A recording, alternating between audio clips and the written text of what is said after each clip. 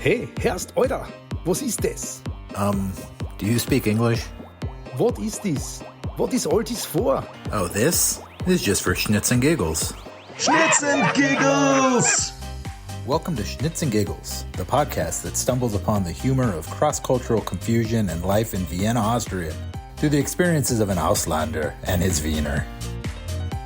Brought to you by the Edelweiss Crackers.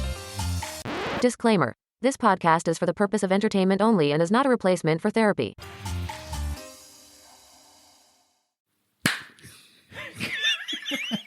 Slap in the face. Guten Hallo, and welcome back to the Schnitzel Giggles podcast. Willkommen. Hi, Guten Lucas. Tag. Hello, Michael. Yeah, how are you today? I'm the same as ever. Yeah, good. So we left our last episode on a bit of a cliffhanger. True. Because you asked me a question and then you kept on talking and never gave me the opportunity to answer your very important question. Maybe because I didn't want this answer for my friend. So for those of you who maybe stopped listening to the last episode or didn't listen at all, we invite you to go back and listen to that episode. It's the one just before this, for those of you confused. Yes. But the question that my friend had was, we were talking about trash disposal and how Vienna has multiple bins for various items.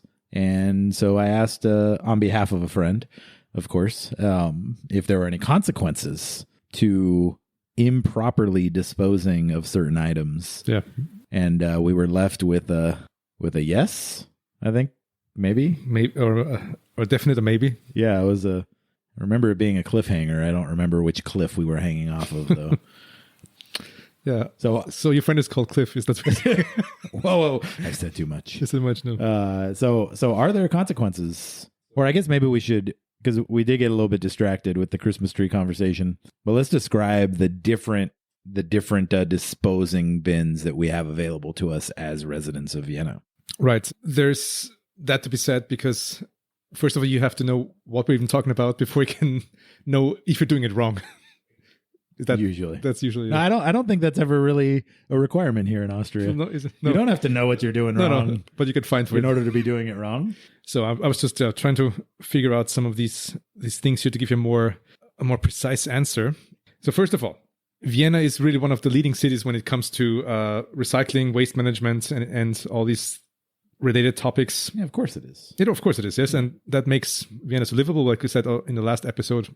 And the kind of materials that Vienna tries to separate and recycle apart from each other is there's paper, there's plastic, there's glass, there's metal actually as well, and organic waste, and then just this general waste. Yeah. Okay. A few years ago, they put together the plastic and the metal into one container. So that's really nice if you have, like, see any old cans and anything that's really plastic, even like wrapping material or just anything that holds your food. Anything plastic goes now together with the metal into those big containers that have a yellow lid usually. So aluminum and plastic would be considered in the same bin. You're okay. Right. There are like 16 waste collection centers in Vienna. Oh, the big. So the Mistplatz, we call it. If you have anything bigger to throw away, because you shouldn't throw like furniture or something like that into the regular trash. So you should be taking that over to those collection centers, to the Mistplatz. If you don't do that, for example, you might get fined. To give you one little answer. So if you just put it out on the street. Put it out in the hallway. Or in the hallway, just for example, like some people do. If they catch you, there might be a fine for that. There's another kind of waste that we haven't talked about, but if you own a dog and you're out in the street, sure, the dog needs to do the regular dog business, you are actually required to pick up the remainders of what your dog has left on the street. Yeah, a source of much laughter, I think, for people has been the various marketing signs that have been put up over the years of, dogs doing their business and then a line through it. Like either they're not allowed or the signs that talk about making sure that you're picking things up. MA48 is that's one thing. They're really clever. Their marketing strategies are really usually very funny. Yeah, lots of puns. I think one of my favorite ones was, as we just mentioned, the word for waste or trash is Mist. Yeah. And if you ask in German, do you have, it's hast du. Yeah. And there's this one thing out there where it says hasta la vista. Yeah, baby. that was a funny one. So you caught that. Yeah, of course. Yeah, that was one that made me chuckle. The sad part is that lots of them, I think, just escape expats because a lot of them are just Viennese twists on words. Yeah, there's certainly been some that I haven't understood. Yeah, it just because if I read them, I was like, "This is really funny." But if I think about you and other or people like me, maybe not me. Come on, no, I'm just thinking. Like, I think about you idiot. You don't know what you're talking about. Don't twist my words. I'm just saying. Look, I was just saying something nice here about you. Like I was thinking, like I see this, it's really funny, and I think of my friend Michael. It's like, he would love that, but he wouldn't get it because he's an idiot. He's a dummy. He doesn't understand these things. Yes. Plus, he doesn't speak the language. That's what's going to. But the idiot part was. I don't know. Was that true? We'll see. We'll see. Jury's out. Yeah, jury's out on this. So. Yeah, so separate space for dog waste and the dog. And if you, they even put some signs out. Sometimes on some like public lawns. Yeah, they put a cute dog, like a sign with a cute dog image, and then it says something like "There's 36 euros if you don't pick up after me." And the MI48 has come up with a great sub department, and they call them the Waste Watchers. But waste being spelled like the trash, the waste, because there's waste watchers as well. That's I hope everyone knows that, so don't have to over-explain this. Yeah. Anyway, Sorry, my reaction wasn't funny enough. Maybe could you please laugh for me? Waste watchers, that's hilarious. Thank you. So those waste watchers, they go around.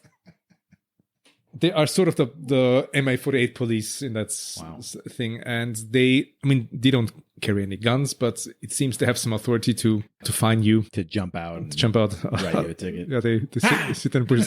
He caught you. That's what all those bins that they say they have the rocks for the winter are.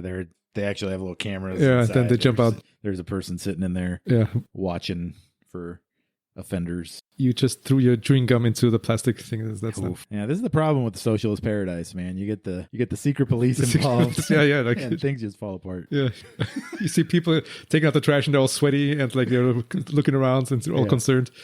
Like, am I gonna get arrested? Very stressful. However, I did find out that first of all, the waste watchers, they could tell you to clear the trash before they fine you, like any give dog you a warning. Yeah. So if it gets really bad, there are some fines that might go up to 1,000 euros. Wow. Or if you just don't cooperate and they give you some time, even like to clear some big trash piles, there's a 2,000 fine for that. Or in case you don't pay, you might get 8 days of prison. Wow, for being a repeat offender of just not picking up your dogs? No. I mean, for like, let's say you bought a new bed and you put the old bed out on the street, and they say like, "Can you please remove the bed?" And like no. And then if they fine you and you don't pay that fine, just take your stuff to the misplots, people. Right. Although if you don't have a car, if you don't have if it's really oversized stuff that you have to get rid of, they charge you a bit for that, but you can call the MF48 and say like, I have this old pickup. Yeah, I have a desk to get rid of and something. I don't have a car. They come and pick it up for you, and you might have to pay a fine. Not a fine, like a fee.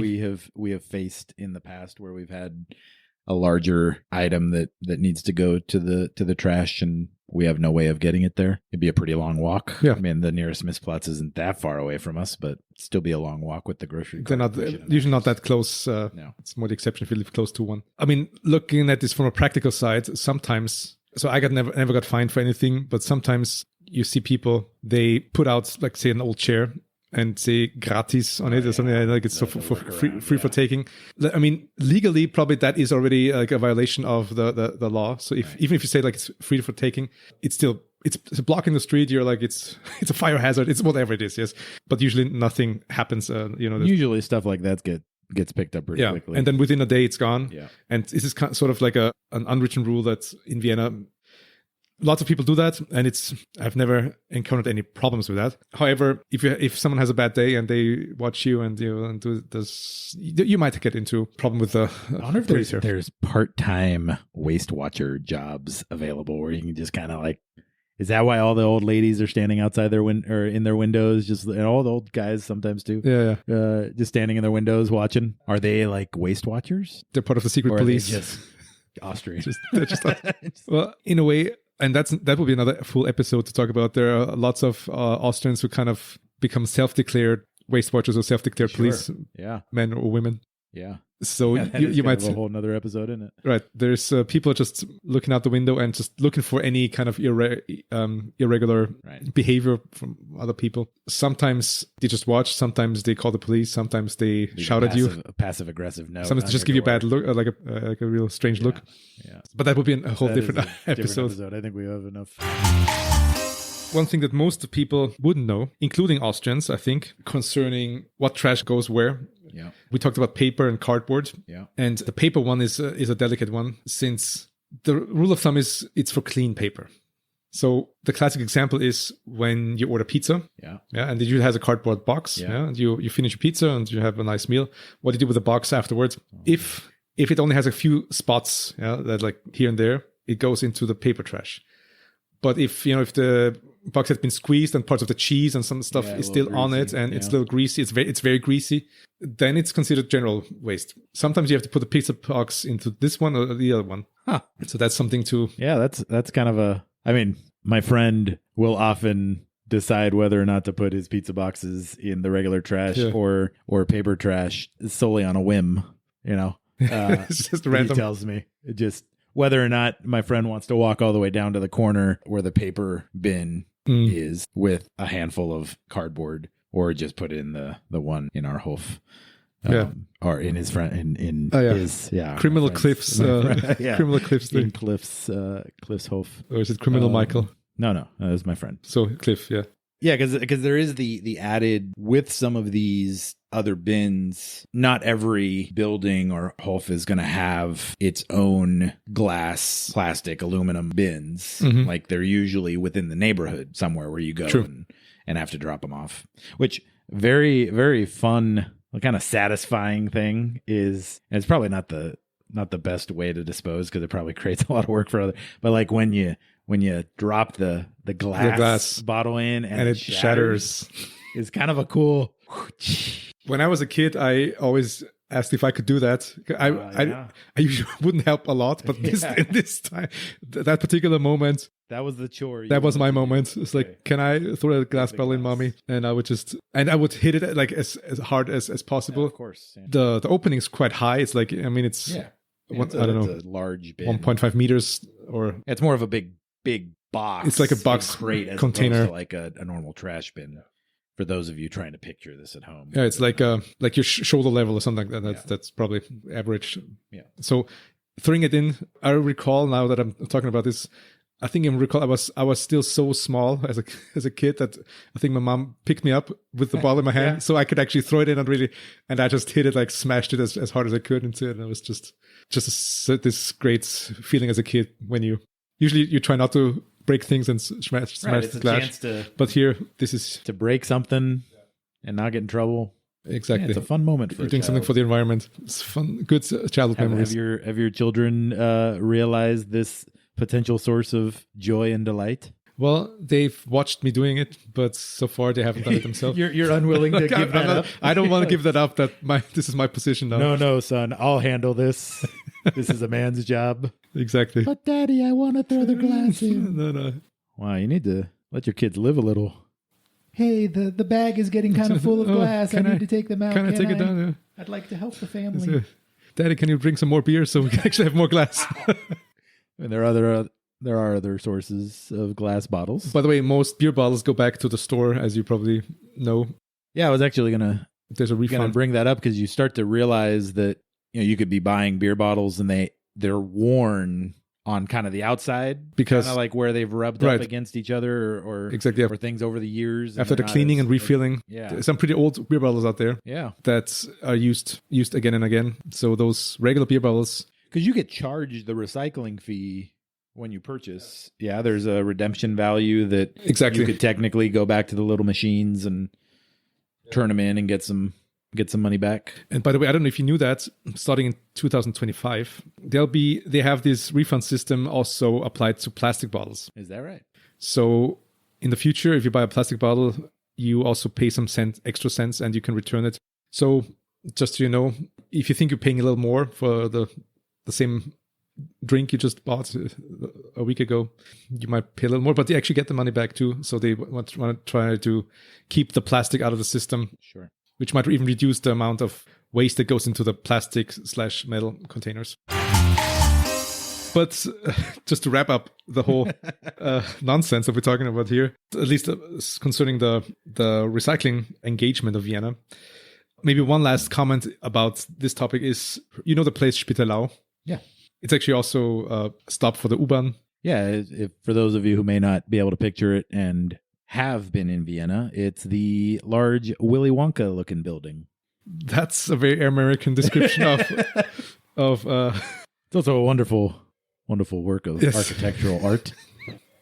Oh my, yeah, I've never thought of it this way, but really? Yeah, but I mean, well, you don't read very much. Well, yeah, I actually only look at pictures. Yeah. And judging from that picture, no, look, because this is, they call it incineration plant. Yeah. Is that the term for it? Yeah. And to be fair, I knew this building, I've seen this building before I even heard of Willy Wonka to begin with, because it's not, or at least didn't used to be so popular here in Vienna, in Austria. You're not older than Willy Wonka. I didn't say I'm older than Willy Wonka. I'm just saying the story wasn't really known until I think they made the first, one of the newer movies or so, and then it kind of became more known in Austria. All right. I mean, that thing has been designed by world famous artist. His name was Friedensreich Hundertwasser. Yeah. So I think he was even born and raised in Vienna. Yeah, his building in the third district.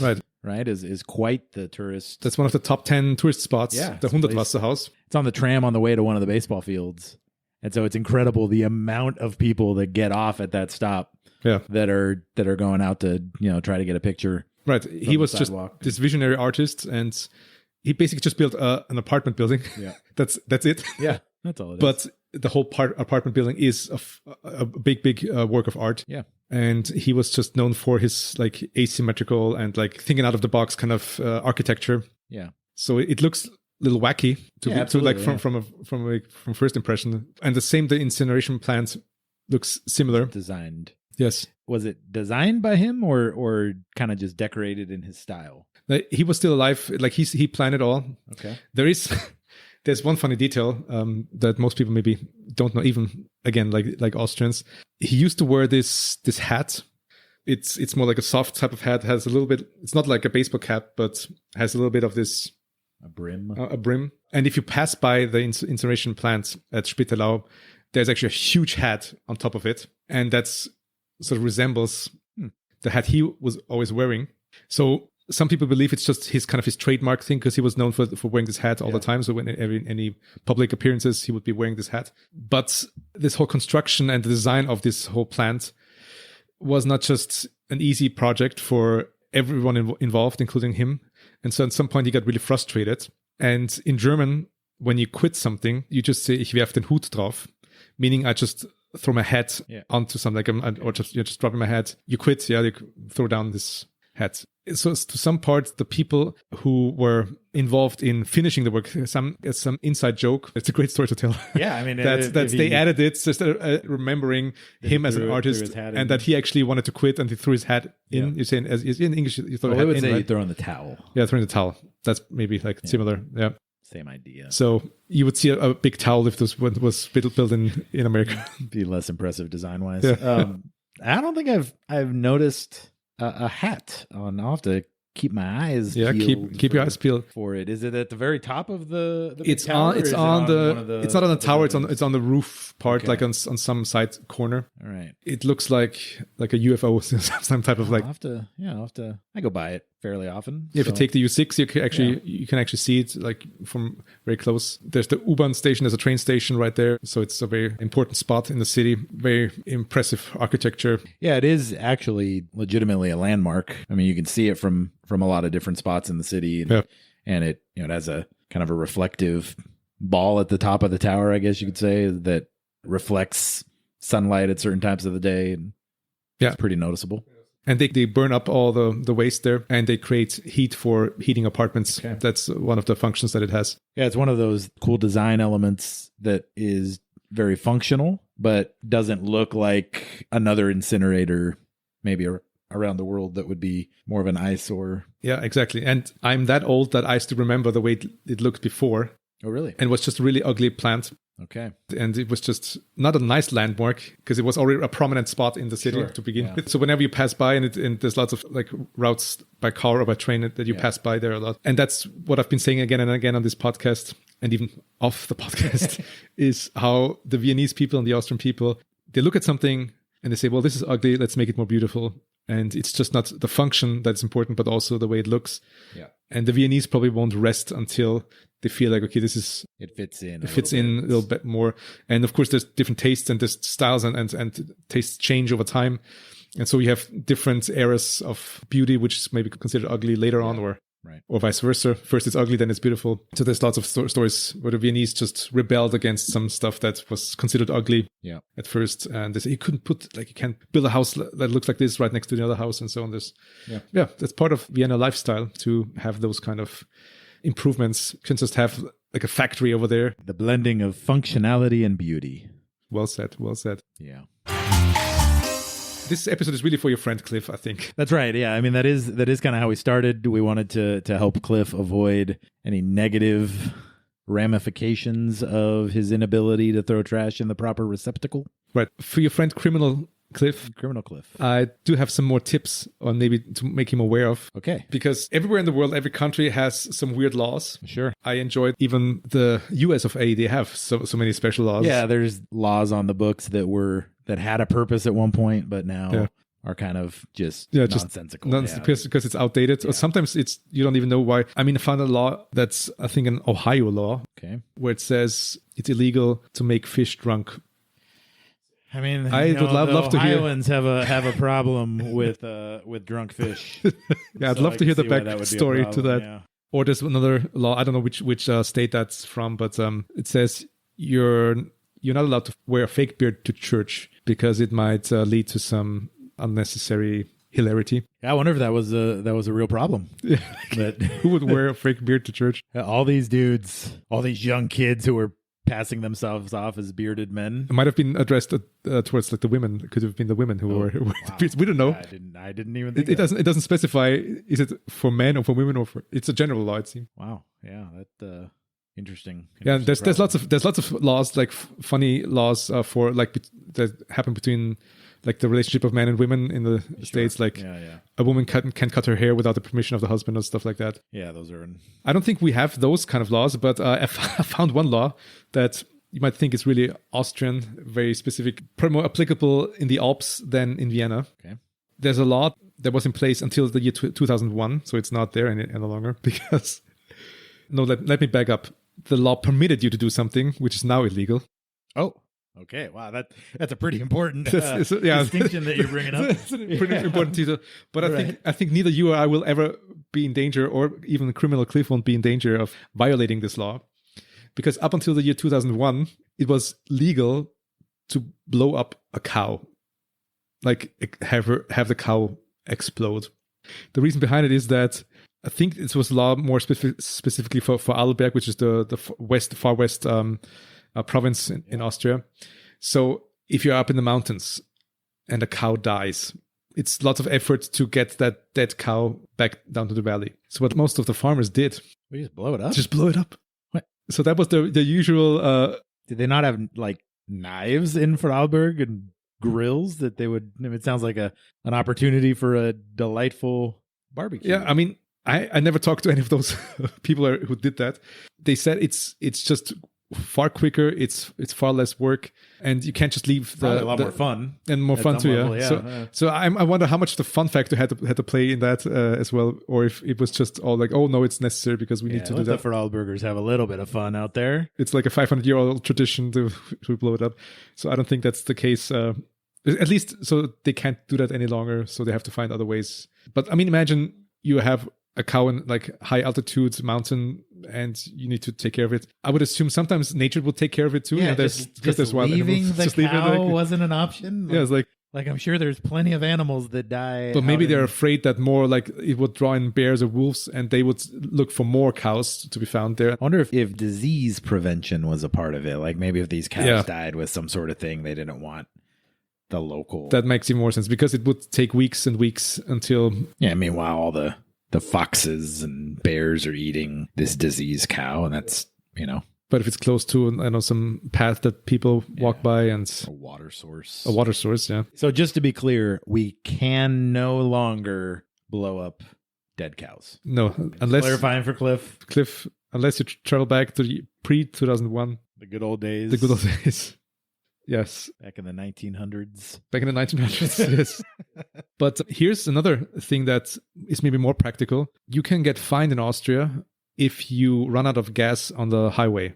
I'm not sure if that's the same law in the States. I don't know if there's a fine for that. So if you like, that's just an unfortunate mistake. Well, that's the point. It's a mistake that you could have avoided.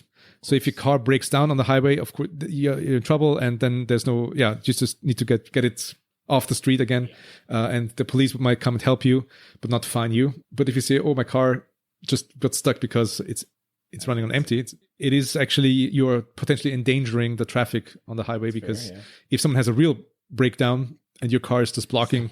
So if you're out driving and you run out of gas, you need to like go quick and tear out one of the hoses or something, so it looks like your car broke down for a different reason. That might be a good tip. So, oh no, the whole engine is gone. Yeah, I don't know where all the gas must have leaked out with all the other stuff. Yeah. What a weird coincidence. Yeah, I'm not sure like what the amount you have to pay would be. Thankfully, that has never happened to me, but they even teach you that like in driving school. Yeah. Yes. We also learn in driving school that you know when the gas, if your car runs on empty, it's almost empty, like this little light goes on. Yeah. And usually that means you have 50 kilometers left. Yeah. This might lead into a different episode, but we always kind of have the understanding that it's 50 miles. Yep, that might be an issue. Which is, maybe cars are built different, but that is a significant difference in mileage or kilometerage. Yeah, in distance. But the number is not just a random number they picked, because by law on the highway, on the motorway, the law also says there has to be a gas station at least every 50 kilometers. Really? And if you see the Raststation, for example, you see those stops, it often says you can get off now, or it says like in 46 kilometers, there's the next one. Right. So it has to be less than 50 kilometers. So in case you're driving on the highway, just maybe not watching it, and suddenly the light comes on, and you just missed the exit for that gas station, you should make it to the very next one that's less than 50 kilometers away. Okay.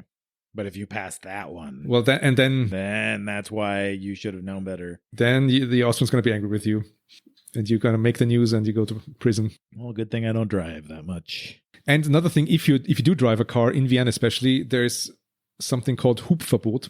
So it's a law. You're not permitted to honk for fun. That is. So it's basically only for emergency situations, since the density of the city. Yeah, it'd be really loud. And you might see when you enter the city, you might see these symbols where there's this like this old-fashioned horn, like so you're not like they use in the circus now these days. Yeah. So when you see that's kind of there's a traffic sign just to remind you. Yeah, you're in the city now. You're in the city now. Don't just go honking. That's only for the rednecks. It's only for the honkies. It's only for the honkies. Yes. And one last weird law that I'm not sure if it's not a law, but it has been fined and has been persecuted, is if you post a certain picture on social media on a certain day. Oh. Do you know what I'm talking about? Yeah, I have a vague memory of what you're talking about, but I don't think I could give you the details. So and the funny thing about it is it's a picture of a certain dish, of a meal, a very Austrian one. Okay, yeah. And it's Eiernockel. Yeah. So I don't know how to describe Eiernockel. It's just egg noodles, something like that. You might get into trouble with the police on April 20th if you post that. Yeah. I think now you know what you know what I'm talking about. Right. I remember that it had something to do with young Adolf. Young Adolf, or even old Adolf. Old Adolf. Because his favorite food was the Eiernockel. Yeah. And so some people, as you might not know, like but I don't know if everyone listening to this podcast knows. Cliff might not know. Cliff might know. So this is a very big good tip for criminal Cliff and anyone. Yeah. That anything that's related to the Nazi regime has been outlawed in Austria. So any symbols, anything that resembles just that is, you can actually get into trouble. And there's like every year there's cases like that are being even like public cases where people have been trying to promote some Nazi ideology or something. Yeah. And of course, people who are fond of Hitler, they know that April 20th is his birthday, and it used to be an official holiday in the Third Reich. Yeah. And so this day is still it's a very sensitive day, carries a lot of weight. So if you just post a swastika online, you're already in trouble. Yeah, no matter the day. No matter the day. Yeah. Yes. And even if you might post a picture of like a portrait of Adolf Hitler on the 20th of April, that might also get into trouble. It should. Yeah, that would be. But just posting some food images, you think, oh, that's a very innocent way of sure. of you're just posting your favorite food, maybe. Right. But it's not just any kind of food. Yeah, it's a pretty bland meal. Yeah. Out of all the potentially favorite foods and that you might post as a food blogger, like you might consider, you're a food blogger who puts Ironockerl on any day. On any day. You might want to reconsider your career choice because you're not really doing it right. Especially if you're not a food blogger and this is the only picture of any meal on your... That's one of those things where it's probably not an accident if it's done. Like the chances of somebody randomly posting such a meal. If you're a food blogger and you have 20 posts a day and one of them happens to be them, maybe it's not as... It's still pretty boring dish to... Yeah, but if you're, I don't want to defend people posting. I'm just saying it could potentially happen that someone says, "Well, let's cook something simple today." Hey, look at this simple bowl of egg noodles that I made. Nah, don't do it. It's hard to defend. I'm trying to find a way here for the innocent. For the innocent, yeah. Yeah. But the chances of you posting such an innocent meal on a particular day, right, are very, very slim. So very rare. So better not do it. I mean, continue posting pictures of food, but if it's a boring dish, just enjoy it. You think it's boring? Maybe some other people enjoy it. Hey, I guess I'm a little judgy here. But I mean, there's some Austrians. If you post a picture of a burger, they might say, "Well, a burger. I hate a burger." Yeah, put that cookie down. Put the burger down. I'm just saying. Yeah, you're just saying. Oh, this got really tense really quick. Yes, really. Yeah, it's about sorry, buddy. It's about law persecution. I didn't realize that these noodles were so. Yeah, the police is already waiting outside for you. For me, I'm not the one who likes the noodles. But you know, Criminal Cliff. Yeah, I mean, so they're going to question you and maybe. Yeah. Okay. Anyway, this escalated quickly. Yeah, some of this stuff may not make it. You might never hear this. You might never hear this. Although I think it's a fair warning. Sure. Especially concerning the whole thing that Austrians and Germans, they don't want to play around. The police won't play around with those. No, and rightfully so. That's I think the laws and restrictions of certain symbols and terms and things like this that are related to Hitler and the Third Reich they should be kind of blotted from usage, especially because the people who are using them are doing so in a way to try to revive the sentiments behind it. And these days, it seems like these types of sentiments are rising around the world. So exactly. Well, we've gotten deep and political. Yes, and Austria and Germany tried what they can to remind people of how severe the consequences are of following that kind of ideology. Yeah. And so if you think it's funny to wear like a Nazi uniform for a costume party, it's not funny here. It's not clever. It's not original. It's not funny. People have done it before. Yeah, don't do it. Yeah. Although, I mean, and one sentence to be said, or two sentences to be said about the Austrians. Of course, there's people who make fun of that as well. They kind of trying to joke about some of these things. Yeah, we're far enough away from it now, technically, that people kind of lose the seriousness of it. There might be parodies of the Nazis and everything. It's sort of permitted if you do it in some forms of art. Yeah, parody form and things like this to poke fun and show the absurdity of that mindset is certainly a useful tool. But I think most of the times when people are posting these, they aren't doing it in an ironic form of parody, trying to poke fun. They're doing it because they think that these things were good. And I remember there's a movie that came out a couple of years ago. I think in English it's called Look Who's Back.